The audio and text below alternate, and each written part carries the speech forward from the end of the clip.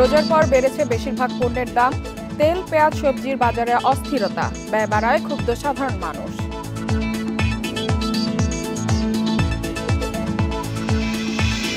বৈদেশিক মুদ্রার রিজার্ভ ছাড়ালো $26.5 বিলিয়ন। IMF এর শর্ত পূরণে জুনের মধ্যে দরকার আরও $1 বিলিয়ন।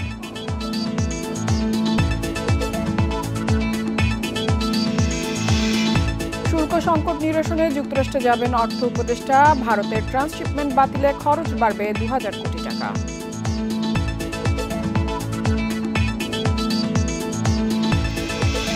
গ্রীষ্মে লোডশেডিং হতে পারে 3000 মেগাওয়াট পর্যন্ত। সরবরাহ নিয়ে শঙ্কায় বিশেষজ্ঞরা, এসি ব্যবহার কমানোয় জোর।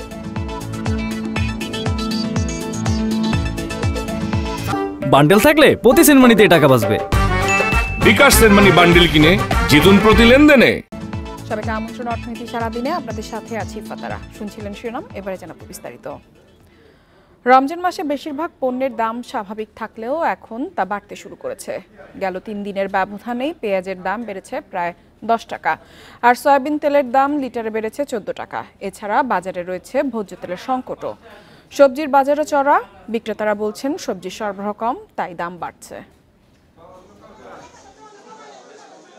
সাধারণত রমজান মাস আসলে পণ্যের দাম বাড়ে, তবে গেল রোজায় প্রায় সব পণ্যের দাম ছিল নাগালের মধ্যে, কিন্তু এখন সেসব পণ্যের দাম বাড়তে শুরু করেছে। রাজধানীর বাজারগুলোতে ঘুরে দেখা গেছে প্রতি কেজি পটল বিক্রি হচ্ছে 80 টাকায়, করলা 80 থেকে 100 এবং বেগুন মানভেদে 80 থেকে 120 টাকা প্রতি কেজি বিক্রি হচ্ছে। তবে সবজির মধ্যে কাঁকরোলের দাম সবচেয়ে বেশি, প্রতি কেজি 140 টাকা। রোজার সময় এসব সবজির দাম 10 থেকে 20 টাকা কম ছিল। রমজানে পেঁয়াজের দাম প্রতি কেজি ছিল 30 থেকে 40 টাকা। কয়েকদিনেই সেই পেঁয়াজের দাম প্রতি কেজিতে 10 টাকা বেড়ে বিক্রি হচ্ছে 50 থেকে 55 টাকায়। মঙ্গলবার সয়াবিন তেলের দামও প্রতি লিটারে বাড়ানো হয়েছে 14 টাকা। এছাড়া দোকানিরা অর্ডার দিয়েও কোম্পানিগুলোর কাছ থেকে পাচ্ছে না পর্যাপ্ত তেল। রমজানের পরে এখন সবজির দাম কিছুটা আইটেম এখন বর্তমানে বাড়ছে, যেমন কি আমরা কাঁকরোল নতুন আইটেম, বা করলা, ভেন্ডি, পটল, এগুলো নতুন আইটেম, কিন্তু এখনো পুরোপুরি আমদানি হয় নাই। মার্কেটে আরো আমদানি বেশি হবে, দাম একটু কমে যাবে। অসাধু ব্যবসায়ীদের, আমাদের মতো ছোটখাটো ব্যবসায়িকরা তো আমরা তেল পাচ্ছি না। এই যে পরশুদিন অর্ডার নিছে, এখনো তেল পাই না। গেছে গেলকে অর্ডার নিছে, এখনো পাই না, দোকান খালি। পণ্যের দাম বাড়তে শুরু করায় জীবনযাত্রার ব্যয় বেড়ে গেছে বলে ক্ষোভ প্রকাশ করছেন ক্রেতারা। হুট করে সরকার দাম বাড়াইছে, বিগত দিনে তো আরো দাম বেশি ছিল, কমছে তারপরে বাড়ছে। আবার সবজির দাম বাড়তির দিকে। তো আমি মনে করি যে বাংলাদেশ সরকার বর্তমানে আরেকটু এদিকে নজর দেওয়া দরকার। আমার মনে হয় যেন সে আগের মতোই সিন্ডিকেটের দিকে যাচ্ছে। ভোগান্তি কমাতে হলে বাজারে মনিটরিং বাড়ানোর তাগিদ ভোক্তাদের। এছাড়া পণ্য পরিবহন খরচ কমাতে সঠিক সিদ্ধান্ত নেয়ার কথাও জানান তারা। Amirul Islam, independent news, Dhaka. বোতলজাত ও খোলা সয়াবিন তেলের দাম লিটারে 14 টাকায় বাড়ায় ক্ষুব্ধ ভোক্তারা। তারা বলছেন এতে তাদের জীবনযাত্রা ব্যয় বাড়বে। ব্যবসায়ীদের দাবি, আন্তর্জাতিক বাজারের সাথে সমন্বয় করতে দাম বাড়িয়েছে সরকার। তবে ক্যাবের অভিযোগ, কারসাজি করে দাম বাড়িয়েছেন ব্যবসায়ীরা। রমজান মাস জুড়েই চট্টগ্রামে বোতলজাত সয়াবিন তেলের দাম নিয়ন্ত্রণ ও সরবরাহ সংকট নিরসনে তৎপর ছিল সরকারি বিভিন্ন সংস্থা। তারপরও নির্ধারিতর চেয়ে বেশি দামে তেল বিক্রির অভিযোগ ছিল। এর মধ্যে রোববার হঠাৎ লিটারে 14 টাকা দাম বাড়ায় মিল মালিকরা। মঙ্গলবার সেই দামকেই স্বীকৃতি দেয় সরকার। আবারও ভোজ্য তেলের দাম বাড়ায় ক্ষোভ জানিয়েছেন মধ্যবিত্ত ও নিম্ন আয়ের মানুষ। বাংলাদেশের মানুষ সবাই সাফার করবে, যারা নিম্ন মধ্যবিত্ত তারা সবাই সাফার করবে। যেটা বাড়া দিচ্ছে প্রতিটা 14 টাকা লিটার, এটা নিয়ে আমাদের মাসে অনেক টাকা বাইরে যায়।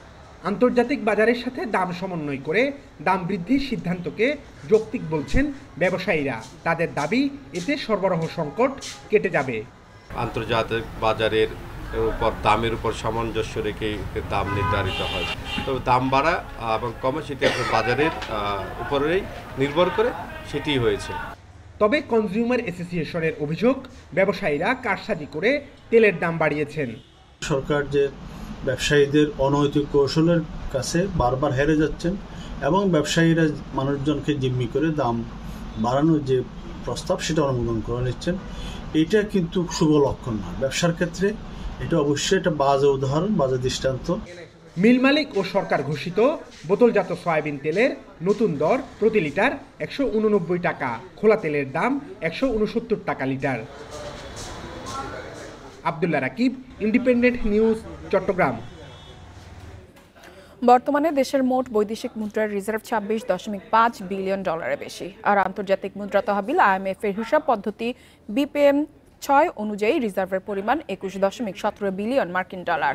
মঙ্গলবার বাংলাদেশ ব্যাংকের মুখপাত্র ও নির্বাহী পরিচালক আরিফ হোসেন খান এ তথ্য জানিয়েছেন। তবে IMF এর ঋণ প্রাপ্তির শর্ত পূরণে লক্ষ্যমাত্রা থেকে বাংলাদেশ ব্যাংকের বৈদেশিক মুদ্রার রিজার্ভ এখনও 1 বিলিয়ন ডলার পিছিয়ে রয়েছে। শর্ত অনুযায়ী জুনে নিট রিজার্ভ থাকতে হবে 17 বিলিয়নের কিছুটা বেশি। কেন্দ্রীয় ব্যাংকের নিট রিজার্ভ এখন 16 বিলিয়ন ডলার। প্রবাসী আয় আগের যে কোনো সময়ের তুলনায় বেড়েছে। মার্চে 329 কোটি ডলারের রেমিটেন্স এসেছে, যা একক মাসের হিসেবে রেকর্ড ছিল। ফলে ব্যাংকগুলো উদ্বৃত্ত ডলার কেন্দ্রীয় ব্যাংকে বিক্রি করেছে। এতে বাড়ছে বৈদেশিক মুদ্রার রিজার্ভ।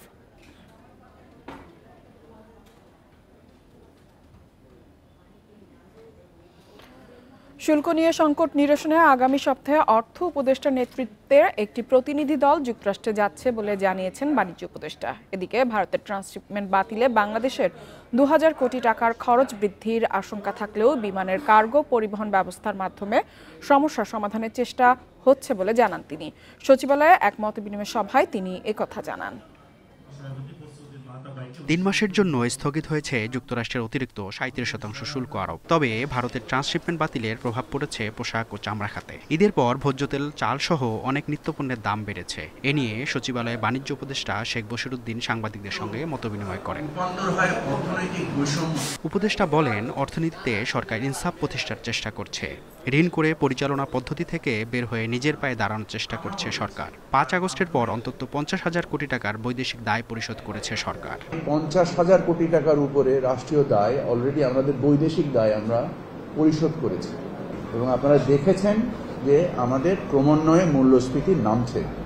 উপদেষ্টা জানান, শুল্ক আরোপ 3 মাসের জন্য স্থগিত হওয়ার সুযোগ কাজে লাগানোর চেষ্টা করছে সরকার। চাদরের মতো সারা বিশ্বেই আরোপ করা হয়েছে, অতএব আমরা এটা নিয়ে মোটেও চিন্তিত না। স্পেশালি গার্মেন্টস ইন্ডাস্ট্রি, ওনারা কনফিডেন্ট যে এটা ওনাদেরকে কোনো ধরনেরই কোনো ইম্প্যাক্ট করবে না। বাণিজ্য উপদেষ্টা জানান, ভারতের ট্রান্সশিপমেন্ট সুবিধা বাতিলের পর সরকার এখন দেশটির চেয়ে কম খরচে বিমানে কার্গো পরিবহন ব্যবস্থার মাধ্যমে সংকট সমাধানের চেষ্টা করছে। বাজারের মূল্য একটা স্টেবিলিটি আনার চেষ্টা করেছি।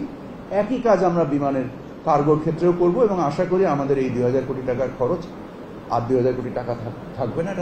বাজারে দাম বেড়ে যাওয়া প্রসঙ্গে উপদেষ্টা বলেন, মূল্যস্ফীতি কমছে, কিছু জিনিসপত্রের দাম বাড়লেও তা জনজীবনে খুব বেশি প্রভাব ফেলবে না। মেহেদী হাসান, ইন্ডিপেন্ডেন্ট নিউজ। দেশের বেসরকারি খাতে ঋণ প্রবাহে কয়েক বছর ধরে ভাটা চলছে। চলতি অর্থ বছরের ফেব্রুয়ারিতে অর্থনীতির প্রধান এ খাতের ঋণ প্রবৃদ্ধি নেমে এসেছে 6% ঘরে। ফেব্রুয়ারি শেষে বেসরকারি খাতে ঋণ প্রবৃদ্ধি হয়েছে 6.82%। চলতি অর্থ বছরে ঘোষিত মুদ্রানীতিতে 9.8% প্রবৃদ্ধির লক্ষ্য নির্ধারণ করা হয়। জানুয়ারিতেও বেসরকারি খাতে ঋণ প্রবৃদ্ধি ছিল 7.15%। বাংলাদেশ ব্যাংকের তথ্য অনুযায়ী ফেব্রুয়ারিতে বেসরকারি খাতের ঋণ প্রবৃদ্ধির হার 21 বছরের মধ্যে সর্বনিম্ন। সবশেষ 2004 সালের ফেব্রুয়ারিতে এ খাতে ঋণ প্রবৃদ্ধি 6.82% নিচে নেমেছিল। বেসরকারি খাতে নতুন বিনিয়োগ প্রায় নেই। আবার ব্যাংক খাত থেকে ভুয়া কোম্পানি তৈরি করে অর্থ লোপাটও বন্ধ হয় বেসরকারি খাতে ঋণ প্রবৃদ্ধি এত কমেছে।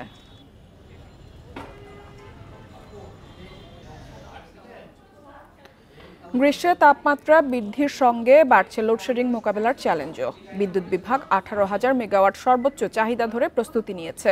তবে বিদ্যুৎ ও জ্বালানির আমদানির নির্ভরতায় চাহিদা মতন সরবরাহ নিয়ে শঙ্কায় বিশেষজ্ঞরা। তাদের মতে এবার 3,000 মেগাওয়াট পর্যন্ত লোডশেডিং হতে পারে। চলতি বছর গ্রীষ্মের শুরুতেই 13 এপ্রিল রোববার সন্ধ্যায় বিদ্যুতের চাহিদা দাঁড়ায় 15,380 মেগাওয়াটে। উৎপাদন কম থাকায় লোডশেডিং হয় 92 মেগাওয়াট। শনিবার সকালে ঝাড়খণ্ডের আদানি কেন্দ্রের কারিগরি ত্রুটির কারণে বিদ্যুৎ সরবরাহ বন্ধ থাকে। সেদিন বিকেলে 14,000 মেগাওয়াট চাহিদার বিপরীতে লোডশেডিং করতে হয় 428 মেগাওয়াট। বিদ্যুৎ বিভাগ বলছে, তাপমাত্রা বাড়তে থাকলে চাহিদা দাঁড়াতে পারে 18,000 মেগাওয়াট পর্যন্ত। তাই লোডশেডিং এড়াতে শীতাতপ যন্ত্রের ব্যবহারে হ্রাস টানায় জোর দিয়েছেন বিদ্যুৎ উপদেষ্টা। 18-19-এ না রেখে 20-এর এসব ইয়েতে না রেখে আমরা যদি এয়ার কন্ডিশনারগুলোকে যদি ইয়েতে ব্যবহার করতে পারি 25-26 করতে পারি, তাহলে কিন্তু 3000 মেগাওয়াটের 2 থেকে 3000 মেগাওয়াটের মতো ওই যে কুলিং লোড কমে যাবে। আদানির কেন্দ্রসহ ভারত থেকে আমদানি হচ্ছে 1700 মেগাওয়াট বিদ্যুৎ। আমদানি কমায় চাপ বেড়েছে বাড়তি দামের তরল জ্বালানির বিদ্যুতে। গ্যাসভিত্তিক কেন্দ্রগুলো থেকে আসছে 5500 মেগাওয়াটের মতো, কয়লা থেকে প্রায় 4500, দিনের বেলায় সৌর বিদ্যুৎ মিলছে 500 থেকে 700 মেগাওয়াট পর্যন্ত। সর্বোচ্চ যেটা বলি আমরা ম্যাক্সিমাম, এটা কিন্তু এপ্রিলেই হয়, এপ্রিলের শেষের দিকে। সো এইবার এপ্রিলের শেষের দিকে কতখানি গরম পড়বে তার উপরেও নির্ভর করবে যে আমরা কতখানি চাপে থাকব। তা আমার ধারণা 1000 মেগাওয়াট তো মানে হবেই লোডশেডিং ইয়েতে, কিন্তু এটা আমি মনে করি যে 3000 মেগাওয়াটেও এটা চলে যেতে পারে। এদিকে বেসরকারি খাতের আইপিপিগুলোর কাছে বিদ্যুৎ উন্নয়ন বোর্ডের বকেয়া এখনও 15,000 কোটি টাকার বেশি। এতে তাদের জ্বালানি আমদানির সক্ষমতা চ্যালেঞ্জের মুখে পড়েছে। Hari Saha, independent news, Dhaka. নানা আয়োজনে ব্রেভারেজ ব্র্যান্ড মোজো উদযাপন করল তাদের 19তম জন্মদিন। সোমবার আকিজ হাউসে এক অনুষ্ঠানের মাধ্যমে এই উদযাপন শুরু হয়। উপস্থিত ছিলেন প্রতিষ্ঠানটির ঊর্ধ্বতন কর্মকর্তারা। জন্মদিন উদযাপনে দিনব্যাপী বিভিন্ন আয়োজনের মধ্যে ছিল রবীন্দ্র সরোবরে বৈশাখী মেলা, কনসার্ট, গুলশান সোসাইটির আয়োজনে কেক কেটে জন্মদিন উদযাপন, নর্থ সাউথ বিশ্ববিদ্যালয়ে বৈশাখী গানের সঙ্গে শিক্ষার্থীদের ফ্ল্যাশ মব। এছাড়া রাজধানীর বিভিন্ন স্থানে ক্যারাভানে অ্যাক্টিভেশনের মাধ্যমে ভোক্তাদের মোজো পরিবেশন করা হয়। অনুষ্ঠানের ব্র্যান্ডটির পাশে থাকায় সবার প্রতি কৃতজ্ঞতা জানান আকিজ ফুড অ্যান্ড বেভারেজ লিমিটেডের পরিচালক অপারেশন সৈয়দ জহুরুল আলম।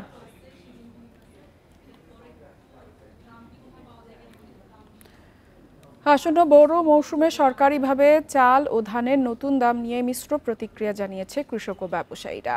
লক্ষ্যমাত্রা অর্জন নিয়ে শঙ্কার কথা জানিয়েছেন অনেকেই, আবার সরকারের সিদ্ধান্তকে স্বাগত জানিয়ে কৃষি অফিসে যোগাযোগ করেছেন অনেক কৃষক। আসন্ন বোরো মৌসুমে 49 টাকায় চাল ও 36 টাকা কেজি দরে ধান কিনবে সরকার। গত বছরের চেয়ে কেজি প্রতি দাম বেড়েছে 4 টাকা। তবে নওগাঁর চাষিরা বলছেন উপকরণের দাম বাড়ায় নতুন দামেও লোকসান কমবে না। 1440 টাকা দাম, এটা সরকার ব্যান দিছে, কিন্তু আমাদের 1500 টাকা হলে আমাদের একটু গায়ে গায়ে একটু যায়। ধান এবং চাউলের মূল্যটা নির্ধারণ করা হচ্ছে, সেটা সমন্বয় করা হোক। ধানের মূল্য 36 টাকা হইলে চাউলের মূল্য অবশ্যই 55 টাকা হতে হবে। দিনাজপুরে আমন মৌসুমে ধান সংগ্রহের লক্ষ্য ছিল 17,991 টন, কিন্তু সংগ্রহ হয় মাত্র 2,080 টন। কৃষকরা বলছেন সিন্ডিকেটের কারণে সরকারি গুদামে ধান দিতে আগ্রহ পান না তারা। আর ব্যবসায়ীরা বলছেন ধানের তুলনায় চালের দাম বাড়েনি। গুডাউনে তো ধানও দেওয়া পারে না, এখন গুডাউনে যদি ধান দিবাও চাই তাহলে মনে করেন আরও হয়রানি হতে হয়। জেলা খাদ্য নিয়ন্ত্রকের দাবি ধানের দাম বাড়ায় লাভ হবে চাষির। তো সরকার যে ধান এবং চালের মূল্য নির্ধারণ করেছে, আমরা আশা করছি এতে কৃষক উপকৃত হবে এবং মিল মালিকগণও স্বচ্ছন্দে তাদের চুক্তিকৃত চাল গুদামে সরবরাহ করতে পারবে।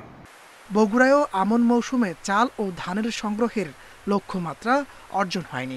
সরকারের সাথে বাজারের দাম দেখে সিদ্ধান্ত নেওয়ার কথা বলছেন চাষিরা। এক সময় দেখা যায় যে ধান ভিজা, আবার নিতে চায় না, আবার সেটা যদি ব্যাক করে লেসে আমাকে গাড়ি ভাড়া খরচা বেশি পড়ে যায়।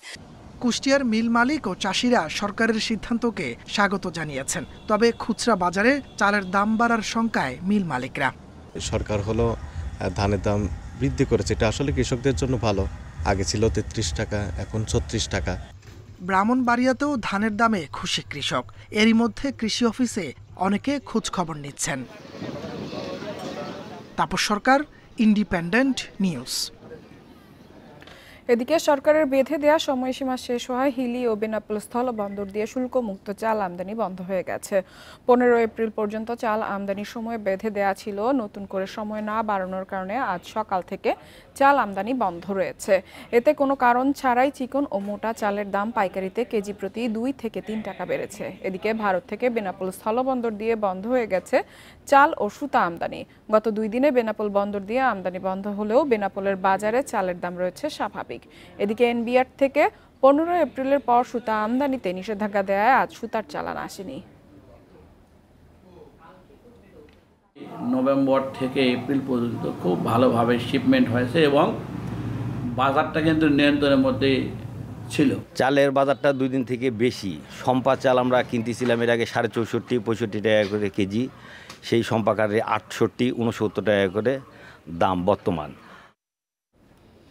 বাগদা চিংড়িতে মরক লাগায় বিপাকে পড়েছেন সাতক্ষীরার চাষিরা। বছরের শুরুতে 1/3 ঘেরে মরক লাগায় লক্ষ্যমাত্রা অর্জিত না হওয়ার শঙ্কা তাদের। তবে ভাইরাসে আক্রান্ত হয়ে মাছ মারা যাওয়ার অভিযোগ উঠলেও মৎস্য বিভাগের দাবি ঘেরে পানি কমে যাওয়ায় গরমে মরে যাচ্ছে চিংড়ি। সাতক্ষীরার 7 উপজেলার বিভিন্ন ঘেরে বাগদা পোনা ছাড়েন চাষিরা। গত বছরের মতো এবারও পোনা ছাড়ার কিছুদিন পর হতেই মারা যাচ্ছে চিংড়ি। 2 সপ্তাহ ধরে চলছে এ অবস্থা। চাষিদের অভিযোগ, মানসম্মত পোনা না পাওয়া এবং অতিরিক্ত গরমে দেখা দিয়েছে মাছের মরক। প্রতিরোধে মৎস্য বিভাগ থেকে কোনো সহযোগিতা না পাওয়ার অভিযোগ চাষিদের। কিছু পোনা সরবরাহকারী মারা যায়, কিছু প্রযুক্তি ব্যবহার করতে আমাদের যে মৎস্য কর্মকর্তাগুলো আছে যেগুলো আমাদের প্রযুক্তি ব্যবহার করার নিয়ম শিখাই দিলে এগুলো ভালো হতো, কিন্তু তারা তো মাঠ পর্যায়ে দেখা যায় না। প্রথম ধাপে পোনা ছাড়ার পর মাছ ধরার আগ মুহূর্তে মরক লাগায় উজাড় হয়েছে বেশিরভাগ ঘের। অনেকের অভিযোগ, কক্সবাজার থেকে আসা পোনা ভাইরাস মুক্ত না হওয়ার কারণে মারা যাচ্ছে বাগদা চিংড়ি। এই যারা হ্যাচারি করেছে এনারা ঠিক মতন এদের প্রোডাকশন দিচ্ছে না, খাওয়া দাওয়া কম, যে আটিমাগুলো দেয় এগুলো খারাপ। আমরা ভালো মানের গুণগত মানের ওই রেনু পেতাম, কিন্তু না পাওয়ার কারণে এই একটা হচ্ছে। আর আরেকটা দিক হচ্ছে অত্যাধিক গরম। নিম্নমানের পোনা ঘেরে না ছাড়ার পাশাপাশি ঘেরে 3 থেকে 5 ফুট পানি রাখার পরামর্শ দিয়েছেন মৎস্য কর্মকর্তারা। নিয়মিত মনিটরিং করতে এবং পোনা ব্যবসায়ী এবং হ্যাচারি মালিক তাদের সাথেও এই বিষয়ে কথাবার্তা হতে যে কোনোভাবেই, এবং তারাও এই বিষয়ে আমাদেরকে আশ্বস্ত করেছে যে তারা কোনো পোনা ছাড়তে বিক্রি করবে না। টেম্পারেচারও বাড়তেছে। এবার সাতক্ষীরায় 55,000 ঘেরে বাগদা চিংড়ি চাষ হয়েছে। উৎপাদন লক্ষ্যমাত্রা 30,000 মেট্রিক টন। তবে বেশিরভাগ ঘেরে মরক লাগায় লোকসানের শঙ্কায় রয়েছেন চাষিরা। Independent news. আর এই ছিল অর্থনীতি সারাদিনের আজকের আয়োজনে। ইন্ডিপেন্ডেন্ট টেলিভিশনের সব খবর আরও জানতে চোখ রাখুন ফেসবুক, ইউটিউব এবং এক্সে। আমন্ত্রণ আমাদের পরবর্তী সংবাদে।